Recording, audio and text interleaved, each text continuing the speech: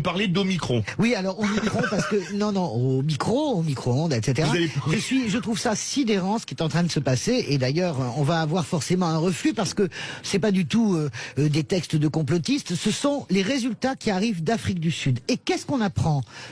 L'Afrique du Sud, qui a été évidemment le premier pays touché et qui maintenant a du recul sur l'analyse de Omicron, c'est des résultats qui sont en train d'être confirmés également par les Israéliens, qui sont quand même pas des manches en matière de gestion du Covid. Eh bien, qu'apprend-on sur Omicron?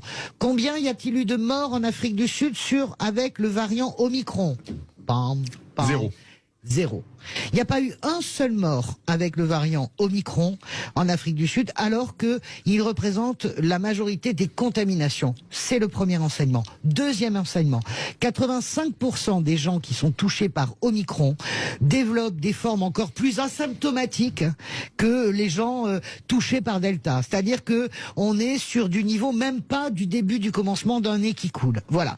Et donc, troisième enseignement, évolution épidémiologique. J'ai écouté le professeur Philippe Frogel hier sur LCI et c'était passionnant. Qu'est-ce qu'il disait? Il disait peut-être que Omicron va nous sauver parce que c'est peut-être la dernière mutation de ce SARS-CoV-2 qui, grâce à Omicron qui est très contagieux et qui est en train de prendre la place de tous les autres variants et il est beaucoup moins dur, beaucoup moins létal, beaucoup moins méchant, eh bien, il va transformer tout simplement peut-être le SARS-CoV-2 enfin en simple rhume. Et donc, je mets tous ces éléments qui arrivent et je mets la panique qu'on nous met dans la tronche matin, midi et soir, les bandeaux, les unes depuis un mois, Omicron, les spécialistes qui reviennent, la folie générale apocalyptique, et je me dis mais bon sang, il faut vraiment qu'on garde Reprendre notre sang-froid. de sang-froid. Ah ouais, Christophe